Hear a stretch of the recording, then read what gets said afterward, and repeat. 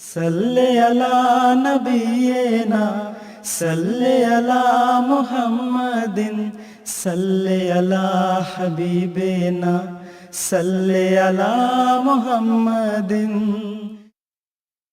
مخبر صادق رسول خدا صلی اللہ علیہ وسلم نے پیشگوئی فرمائی تھی کہ اللہ تعالیٰ عیسیٰ ابن مریم کو مبعوث فرمائے گا اور آپ ایک سفید مینارے کے پاس نزول فرمائیں گے جو دمشق کے مشرقی طرف واقع ہوگا۔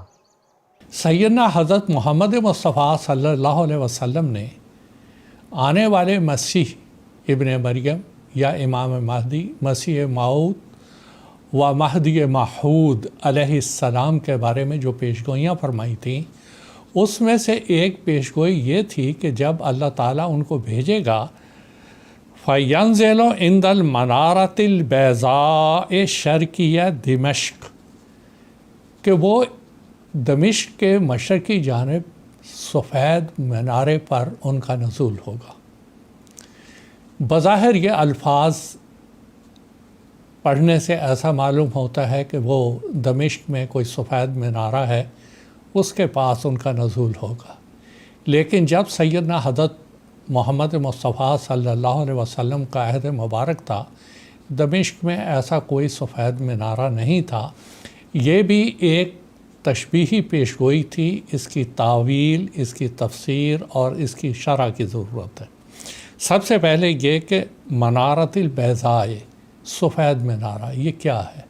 مینارہ نور سے نکلا ہے، اس کو کہتے ہیں وہ جگہ جہاں سے کہ نور نمودار ہوتا ہے اور پھیلتا ہے نور، اس کو منارہ کہتے ہیں، میزنا بھی کہتے ہیں، جہاں سے اذان دی جاتی ہے۔ یہ مینار ظلمت میں قندیل یار، زمیں کی دعا آسماں کی پکار، یہ مینار ظلمت میں قندیل یار۔ حضرت صلی اللہ علیہ وسلم کی اس پیشگوئی کے عین مطابق مسیح موعود کا ظہور اس مقدس بستی قادیان میں ہوا۔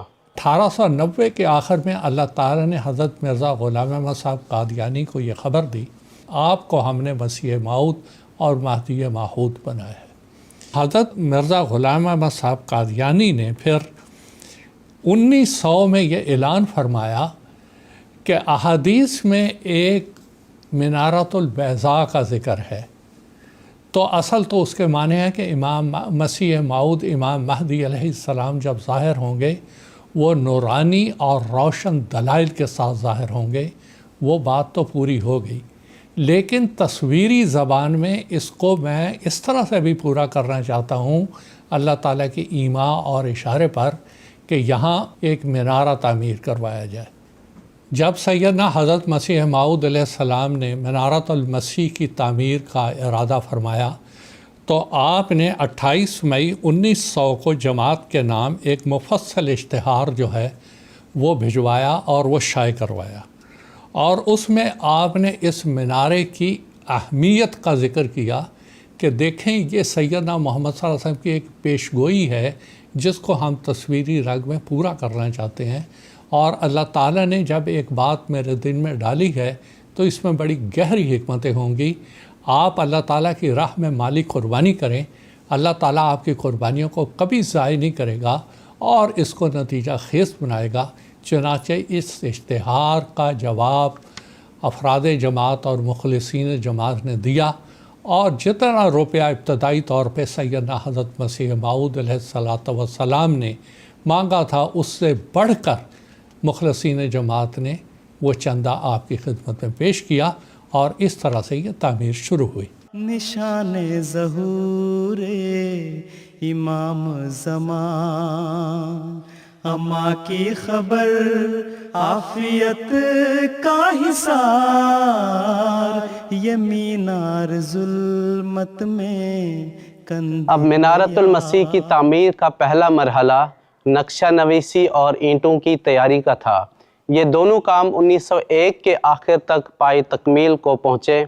پھر اس مینارے کی تعمیر کے لیے مختلف جگہیں تجویز کی گئی، لیکن حضرت اقدس مسیح موعود علیہ السلام نے مسجد اقصیٰ کے صحن میں اس کی تعمیر کا فیصلہ فرمایا۔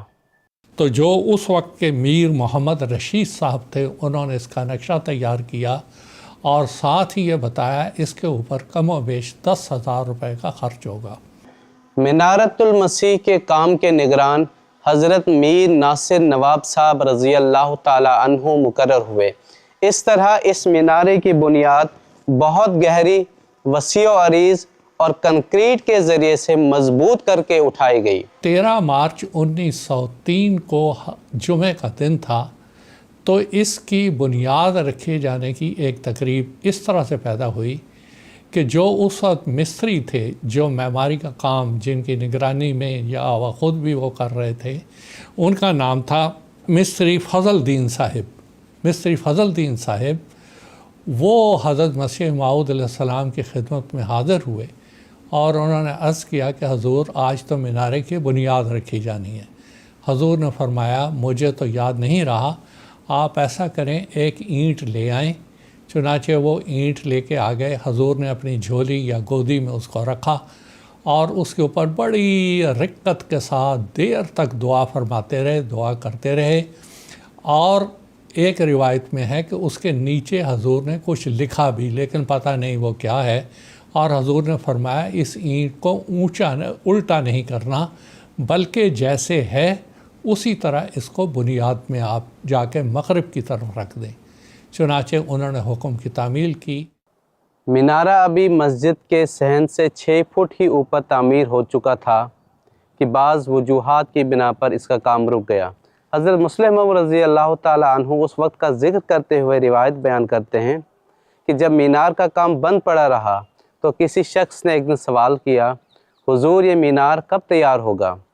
حضور علیہ السلام نے فرمایا اگر سارے کام ہم ہی ختم کر جاویں تو پیچھے آنے والوں کے لیے ثواب کہاں سے ہوگا؟ پھر فرمایا بہت سی ایسی برکات ہیں جن کا نزول مینار کے بننے پر ہوگا۔ مبارک دنوں کی مبارک خبر، یہ شیریں پھلوں کا الوہی شجر، گھنی چھاؤں اس کی نگر در نگر، گھنی چھاؤں اس کی نگر در نگر، نشاط گلستان صدائے بہار، یہ مینار ظلمت میں سن 1908 حضرت اقدس مسیح موعود علیہ السلام اپنے مولائے حقیقی سے جا ملتے ہیں اور جماعت میں آپ علیہ السلام کی پیشگوئی کے مطابق ایک نئے دور کا آغاز ہوتا ہے۔ خلافت اولیٰ میں بھی اس مینار پر کوئی اضافہ نہ ہو سکا۔ پھر اس کے بعد حضرت خلیفۃ المسیح ثانی رضی اللہ تعالی عنہ کا دور آیا، جن کے ہاتھوں مسیح محمدی کے نوروں کی ضیاء پاشی مقدر تھی۔ حضرت مسلم موعود رضی اللہ تعالیٰ نے اس کی تعمیر 27 نومبر 1914 یعنی 14 مارچ 1914 کو آپ مسند خلافت پر متمکن ہوئے۔ 6-7 ماہ کے بعد ہی آپ نے اس کی تعمیر شروع کروائی اور خود ایک اینٹ رکھ کے تعمیر کا کام جو رکا ہوا تھا اس کو دوبارہ شروع فرمایا، اور اس طرح 1914 اور 15 دسمبر 1915 میں یہ مینارہ پایہ تکمیل کو پہنچ گیا۔ اس کے بعد کچھ ضمنی کام تھے جو ہوتے رہے، مثال کے طور پہ اس پہ جو گھڑیاں لگائی گئیں وہ 1929 میں، 1923 میں روشنیاں لگائی گئیں، وہ گیس کے سلنڈر ہوتے تھے، ہنڈے کہا کرتے تھے اس کو، وہ وہاں لگائے گئے۔ بعد میں ان کو ہٹا کے 1930 میں روشنیاں، بجلی کی جو بڑی بڑی روشنیاں تھیں وہ لگائی گئیں۔ اس کے بعد 1938 اور 39 میں اس کو سفید پلستر جو سنگ مرمر کا تھا وہ کروایا گیا۔ خلافت ثالثہ میں منارت المسیح پر راجستھان سے سنگ مرمر منگوا کر لگایا گیا اور خلافت خامسہ میں اس کی ریسٹوریشن اور رینوویشن کا کام ہوا۔ 2005 میں سیدنا حضرت خلیفۃ المسیح خامس نصرہ اللہ و نصر عزیزہ قادیان تشریف لائے۔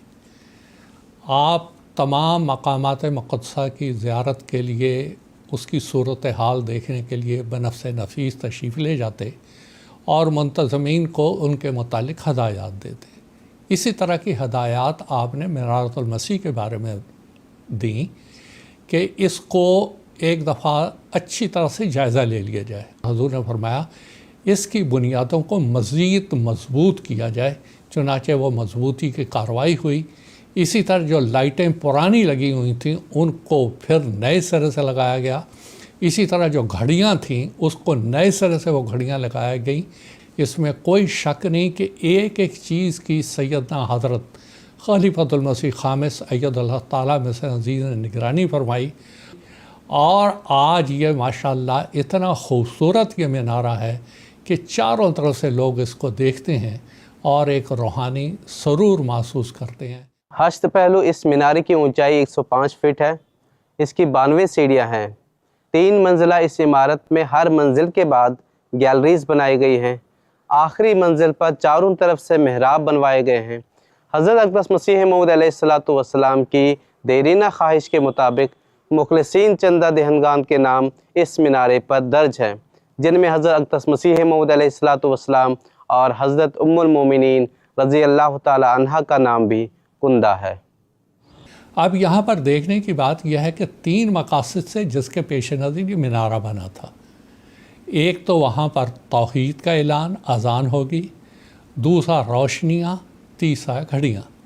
اللہ تعالیٰ کے فضل سے یہ تینوں چیزیں وہاں پہ موجود ہیں۔ جس دن سے مینارہ 1915 میں جب یہ بلند ہو گیا اور مکمل ہو گیا، اس کا ڈھانچہ بن گیا، اس وقت سے اذان کا سلسلہ شروع ہوا۔ اللہ تعالیٰ کے فضل سے آج تک وہ نہیں رکا۔ اللہ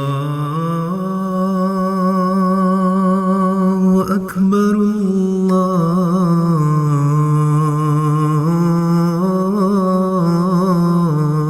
اکبر اللہ اکبر اللہ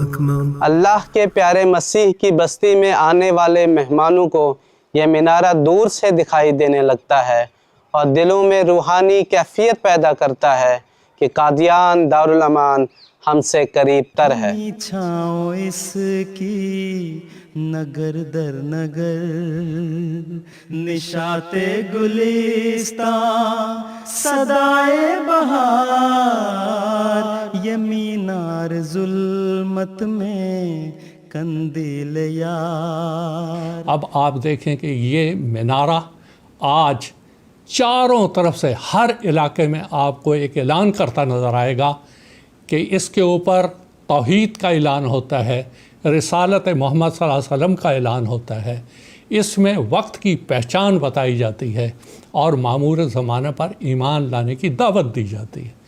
یہ لوائے امن ہے، یہ لوائے صلح کاری ہے، اور یہ محمد مصطفیٰ صلی اللہ علیہ وسلم کا منارۃ البیضاء ہے، جس کو ہم نے دنیا کے جماعت احمدیہ دنیا کے کوروں تک پہنچا رہی ہے۔ اللہ تعالیٰ ہمیں اس کے توفیق عطا فرمائے۔ وآخر دعوانا ان الحمد للہ رب العالمین۔ فرشتوں کا محبت نوائے ہیرا، یہ مینار بیضاء، یہ طور ثنا، فرشتوں کا محبت نوائے ہیرا، یہ مینار بیضاء، یہ طور ثنا، زباں پر صدا اس کی صلی اللہ، زباں پر صدا اس کی صلی اللہ، یہ مینار ظلمت میں کندیل یار، زمیں کی دعا آسمان کی پکار، نشان ظہور امام زمان، نشان ظہور امام زمان۔